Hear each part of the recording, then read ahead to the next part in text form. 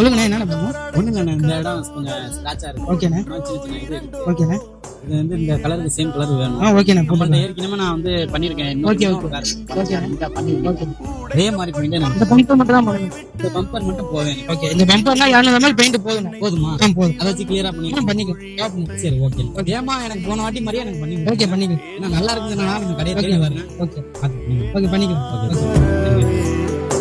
அழைத்த